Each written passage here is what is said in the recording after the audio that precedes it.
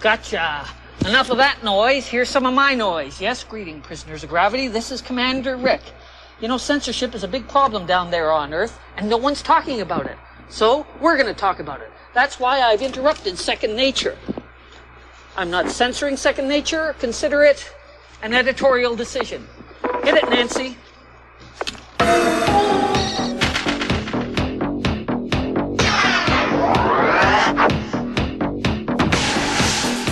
Rising anti-Semitism in Eastern Europe has voted English only sign 40,000 tons of armed with PCBs blew up the ozone layer today.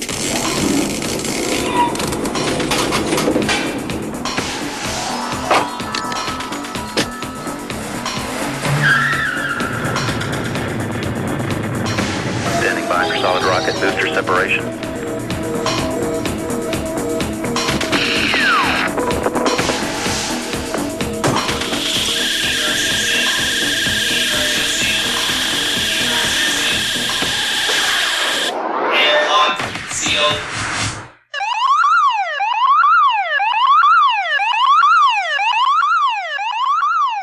I live in a communication satellite, so I watch a lot of TV. I saw Judas Priest was found not guilty of inciting teenage suicide, but Two Live Crew are facing a whole slew of obscenity charges. A museum in Cincinnati showing some Robert Mapplethorpe photographs has been charged with obscenity, and Salman Rushdie is still in hiding. It's okay, I won't tell him you're here. You can't burn the flag in America, but you can burn comic books in New Zealand and Britain. What? Oh, what? Burn books in this day and age? Oh, yes, friends. Customs officials in Kiwi and the UK have been destroying comic books. And comic book shops north and south of the 49th parallel are facing obscenity charges. And as well, print shops are not printing comics that they deem as offensive. All this censorship, I'm telling you, the world is going straight to heck. Comic books are very big on good as opposed to evil, right as opposed to wrong, responsibility as opposed to selfishness. If all of the derangos on the religious right would actually read a comic book once in a while, instead of holding them up and saying how they're satanic, they would see that they really do come down firmly and solidly 100% on the side of proper behavior. And even if they don't, it's none of their damn business. Let them stay in their churches, and we will stay in the museums. Some artists would argue that we aren't affected by what we read or see on TV. Of course we're affected. We pay money to see movies and to read books precisely because they will affect us. I have a friend that is a sales rep to these different hospitals, and she met this little boy that had all this turtle stuff around him, and his fingers were bandaged, you know, because he got them jammed trying to lift up a sewer cover to go down the sewer. And, you know, I sent the kids some comics and said, please, the turtles are on TV, they're in the movies, they're not in the sewer, and stuff that would, that bothers me. I would never want anybody to get hurt. Okay, so we're affected by what we see, but can a silly Ninja Turtle comic or a heavy metal album really turn Archie Andrews into Freddy Krueger? Somebody made the point yesterday that a man like, Reverend Donald Wildman, who knows what is best for us to see on television, and who knows about all of this satanic corruption. This man is exposed to this material 24 hours a day. He looks at this crap constantly. He looks at the girly magazines. He looks at the child porn. He looks at people doing it with animals. He looks at comic books that are filled with Satanism. He listens to records that are played backward and make no sense except to him. And somehow the Reverend Donald Wildman is not corrupted. Now, does this mean that he is better than all the rest of us poor slobs? That if we look at this, we will certainly go to hell immediately? No, what it means is that he is full of caca. He is full of horse pucky, and if people would stand up to fools like him and Phyllis Schlafly and all of the rest of these goddamn censors, we would find a much better condition of life for all of us. Not to be too perforce about it. There were no limits at all on comic books until the mid-1950s when, among other things, Dr. Frederick Wertham wrote a book, Seduction of the Innocent. The book said, in effect, that comics were taking young, impressionable minds and turning them into fascist stormtroopers who would go around torturing the family pet with power tools. Parents got excited. Oh, yes, comics turned our boy bad. We tried to beat it out of him, didn't we, Thelma? We locked him in the fruit cellar for weeks on end, but nothing could undo the damage done by those satanic stories about little Lotta. Do we get paid for this? The Comic Code Authority came into power in 1954. To make a long story short, there was a congressional hearing that was trying to link comics with juvenile delinquency and trying to say that comics were responsible for juvenile delinquency. The comic book industry in America panicked. Richard Goldwater, who was at that time the head of Archie Comics, put together with the other affluent, and this is important, the other affluent New York comic publishers, the Comic Code Authority, which was a self-regulating board. It was an in-industry censor, if you will. And it was an attempt to circumvent what they feared, which would be government regulation. Well, it worked. There was no government regulation of comics. But I don't believe it was due to the creation of the Comic Code Authority. I think it was due to the fact that the Senate hearings discovered that, indeed, comics were not solely responsible for juvenile delinquency. Nevertheless, the Comic Code Authority reigned over the art form in America and by proxy in much of Canada, because many of the comics coming into Canada were American in production, for roughly 20 years. The Comic Code actually forbids the use of the word flick in a comic, because they were afraid back then with the bad printing that the ink might run together and flick might look like click. My work has been censored, certainly. I came to work in comic books working the most stringent censorship code in entertainment, which is the Comics Code. I have seen publishers quake in fear when they receive 3 or 4 letters from some crackpot. But these days, no, not at all. I don't feel censored in the least. I think there's going to be some more fights coming. But right here and now, I'm working freely. So, who saved us from the evil Comic Code Authority? Spider-Man. Enough said. The first comic that really pushed a hole in it was the issue of Spider-Man that Marvel put out that dealt with drug addiction. It was an anti-drug comic, but there was a rule in the Code Authority that depiction of drug use could not be presented at all. And of course, by the 70s, drug use as a problem was too prevalent to just put those sorts of blinders on and pretend it didn't exist. After the 3 special drug issues, the Comic Book Authority label returned to Spider-Man. The code wasn't removed permanently from a comic book until 1984, and this time it was a DC comic. We did an issue of Swamp Thing. It was Swamp Thing number 29. It was a story entitled Love and Death. It was a story about, well, I won't go into what the story about. Basically, it dealt with imagery that showed The Walking Dead. It built to a double-page spread of The Walking Dead surrounding the key character of that story, Abigail, who's the heroine of Swamp Thing. The code balked at that. It was a code ruling that you could not present The Walking Dead in an unsavory manner. I'm not sure what the wording was. We fought it. We fought it on the basis of, I remember I sent a newspaper clipping to our editor from the local drive-in showing her what was being printed in newspapers all across America and much of Canada to advertise Night of the Living Dead type films. You know, it was just as graphic as what we were doing. When they read the book carefully, they found out that there was an element of incest in the book. I won't go into what it was, but it was a key plot point, and we were not using it in an exploitative manner. Alan Moore, coming from England, felt that there was nothing wrong with that. He said, I remember his quote at the time was that, well, growing up in England with the royal family, you assume that incest is a matter of course. Basically, we fought with them. We basically said that if they were going to censor the book, that we just didn't care to do it anymore. We would do something else. We wouldn't leave the company. We wouldn't pack up our marbles and go home. We would just divert our attentions in another way, or ask them to put the book out in direct shops only, which would mean it did not have to go through the code. Their decision was to simply not put the book out with a code approval. We did not have code approval. The sales, in fact, went up on the book. I don't believe they went up because we were presenting unsavory material in an exploitative way. I believe they went up because of the quality of the material that we were doing. We won many awards the 3 years that we were on the book, both in America and in England. Swamp Thing readers were also reading horror writers like Stephen King. King led a whole host of horror writers to the top of the bestseller list. His novels were consistently #1, although he only came in #3 on a list of the 5 most censored authors in American public schools. Nancy, you told me about the list. Who were the other 4 authors? Nancy's my nano-cyber computer. Amongst these 4 authors, is there any common theme, any shared political beliefs, a common social agenda? Thank you, Nancy. I think we'll just shut you off. Who asked you? Horror's always had a bad rap because people figured if you're writing about evil, you must be promoting it.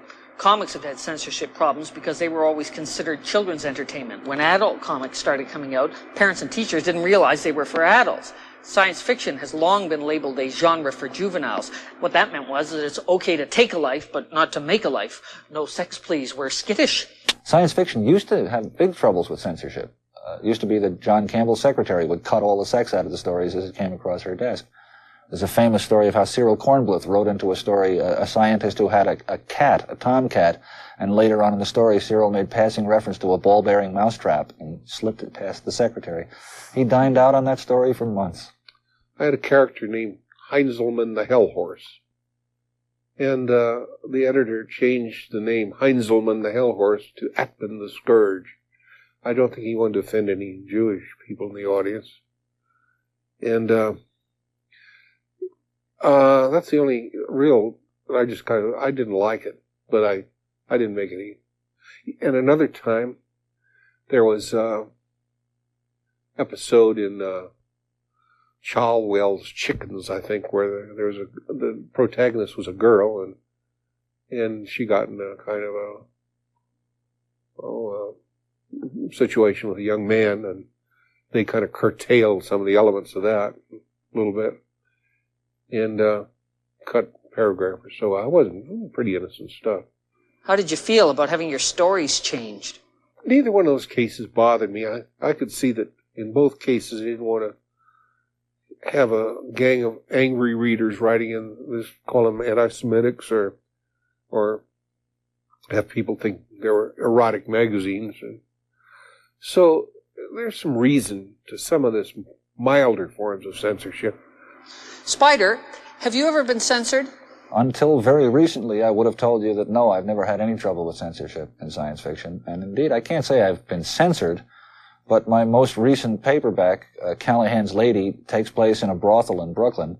And since it's part of a series of stories originally set in a bar called Callahan's Place, it's a spin-off from that series, I just assumed that the stories would have a home in the same magazine that had published the Callahan stories.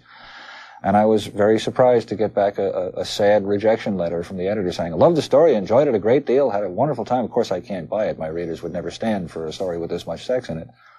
I was dismayed to hear that, and I hope he's wrong. I hope this is simply an incorrect impression on his part. But, well, the second worst thing you can do is get into an argument with an editor, and the very worst thing you can do is to win it. So I tipped my hat and agreed with him politely. On the other hand, it hasn't seemed to hurt sales any. Callahan's Lady has been the most successful of my works to date. It was on the Walden Books bestseller list for 4 months. So the readers don't want censorship. Whether the editors are going to impose it or not is a matter for the future to decide. I sure hope not. I think, in general, that the writer has to, and the editor have to have a conference. And the writer has to say, or the editor's going to say, Henry, we're going to censor this. What do you say about that? I don't like it. Well, what are you going to do about it? If you take it away, give back the money. And, well, I don't want to do that either. I want you to print it the way I printed it. Leave my ideas in there. Can't do that, Henry. Take it or leave it. Give me the money and take your manuscript, or we print it and censor it. Well, this is clear cut. This is no reason why it shouldn't be that way. If you were writing something for the Baptist guide or something like that, and you wrote a big article in there justifying Darwin or something like that, and they wanted to censor it, you said, no, I want to do it this way. You wouldn't have a leg to stand on. Let's talk to an editor. I'll ring up Marianne Nielsen. Marianne is the editor of On Spec, Canada's only English-language speculative fiction magazine. Marianne? Marianne, it's Commander Rick. Do you consider yourself to be a censor? As an editor, am I a censor? I guess in a philosophical sense, you'd have to say, yes, I am, because I decide what goes in and what doesn't. I would say, though, that on a practical sense, no. There are certainly some magazines that have a mandate not to publish, for example, anything that has sex or violence in it. And if you believe that people should not be exposed to those things, then you're certainly going to not buy stories that have those things in them. I believe, however, in my opinion only, that people have the right to read anything, and no matter how objectionable I personally find it. I don't believe that there should be violent pornography, for example. I think the people who make that stuff should be hunted down and put in jail. But it's so difficult. Now, getting away from that really horrid stuff, in terms of the stories, for example, that we buy in On Spec magazine, we have had people come up to us and say, well, I have some swear words in my story, or I have a sex scene in my story, should I write it out? Well, goodness, no. If that's integral to your story, leave it in. I mean, if that's what it takes to express what's happening to your characters, if it's not gratuitous, and even if it's gratuitous, we'll tell you if we think it's gratuitous, but, it's your decision how you want to do this. You're the writer. This is your story you're telling. What we edit is bad writing. Darn, I was going to send you some stuff I'd written. Thanks, Marianne. Before a comic or a novel reaches the bookshelf, it's been scanned by a lot of responsible people who worry about gratuitous sex, violence, racism, stereotyping, and so on. The first censor is the artist, him or herself. Now, I don't mean to say that an artist censors their imagination, but they do make creative choices. Every single violence scene in V is done as subtly as I possibly can. There's a lot of use of shadow and imagery. And I never, ever show once throughout the whole of V any detail of violence. It's all implicit rather than explicit, and that goes with the sex as well. Didn't show the question that dealt with it's a racist character. Question number 15. And part of the visual imagery we had to deal with, that I had to draw, was it opened up with a black guy being lynched. And that kind of made me wince, And in the end, I almost didn't do it. Because, of course, obviously, folks, I have problems with black people being lynched. And I don't know if I wanted to be a party of even drawing that kind of thing. In the end, the story went out. It was such a good story. That scene had to be in there. How did other black comic creators react? It's really interesting. They didn't. No, I can't remember, aside from my friends saying, good job, man. Science fiction authors and comic book creators care about the impact of their work. Yes, even those twisted people doing those nasty adult comics. Elaine Lee and Mike Kaluta collaborate on the adult comic Starstruck. It's a very literate and very imaginative space opera. Elaine, it's Commander Rick. How do you handle violence in Starstruck? A lot of times it's real goofy violence, and it's violence to make a point. It's like the war between the Amazons and the Dromo rustlers.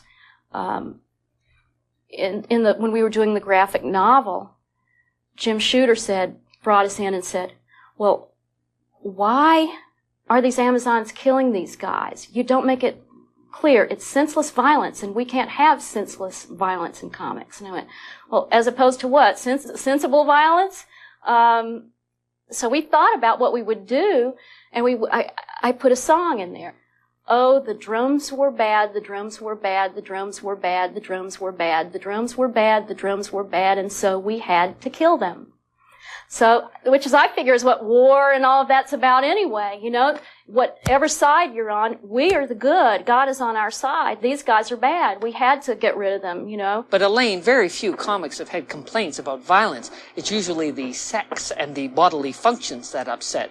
You and Charles Vest set off one of the biggest controversies in comics with that story in Sabre. What was it, Morgan Tales?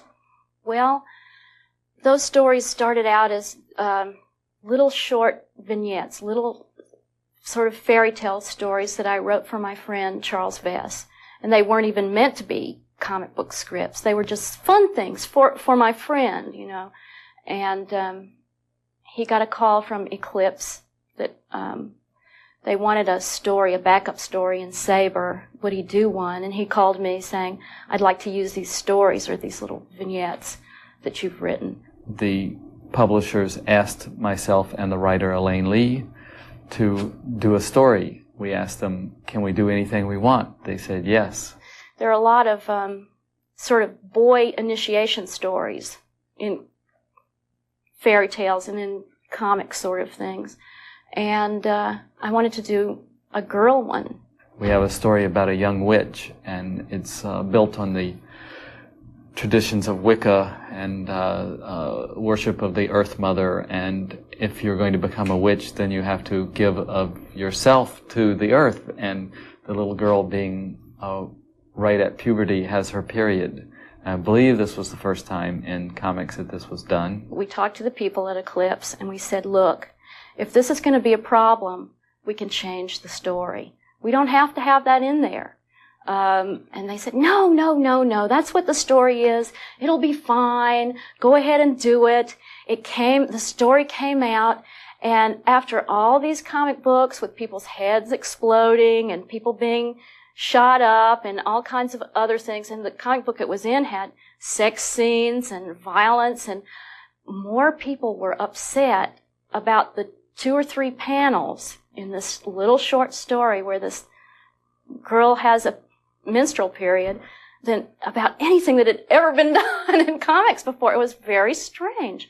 I didn't really understand it because it seemed to me if an 11-year-old can get one, why can't an 11-year-old read about one? The first story in this magazine has people being raped and shot and killed and murdered, and that was okay. But this little girl having a natural act was really awful, and we quickly no longer had a venue to do our story in. So now, 8 years later, we found a magazine that's appropriately enough called Taboo to finish the story in the correct manner. This is a thoroughly disgusting, deeply impressive magazine, edited and published by Steve Bissett. And there are things in here that will unsettle you, and that's what art should do. Art should knock you in the head. Art should never make you complacent. Art is supposed to alarm you. That's why all the televangelists want it censored, because it makes people think. It makes them say, wait a minute, things may not be the way we were told, and they want to re-examine. True artists break apart the social structure daily. They recreate the dream time. They hold the mirror up to reality, and they turn it slightly to give us a new view of ourselves. Only in this way are we enriched. Only in this way do we learn the lessons of the past and have some hope for controlling our destiny for the future. You can't live in a vacuum. Believe me, I know. You gotta hear other ideas, otherwise you won't know when you're wrong, and we are all wrong once in a while, right? But as far as I'm concerned, censorship is not about language or sex or violence. That's a smokescreen. Real censorship is about ideas. I worry about a backlash once in a while. I worry that somebody's going to tap us on the shoulder at some point and say, you know, that another Dr. Wortham is going to come along. And we have to watch out for that. We have a lot of inalienable rights, and one of them is the right to be given nightmares. So, how do we allow Clive the freedom to create his Hellraiser comics and still prevent 5-year-olds from reading them? Well, maybe the same way we prevent 5-year-olds from seeing the Hellraiser movie with ratings. Now, I know a lot of comic book people are going to burn me in effigy for saying this, but, I mean, you go out buy a toy and it has labels, you know, ages 1.5 to 3, recommended ages 3 to 6, or fun for ages 8 to 80. And food has labels on it. If we're worried about what's going in here, shouldn't we be worried about what's going in up here? One good thing about the censorship debate is that we're allowed to debate. We're free to express our ideas about censorship without any fear of interrupt. Oh, shoot, they're jamming me. They're on to me. Listen, I don't have long now. If we're going to stop the censors and the book burners, we've got to start writing letters. We've got to keep talking. Write letters. In fact, you can write a letter to me. This is the address of my friends on the ground. Write them, they can fax it up to me, or you can fax me directly now. I made a fax machine out of an old typewriter and the starter off my car. So long, prisoners of gravity, I'm losing you. Keep watching the skies. If you can't get out of the house, watch the ceiling.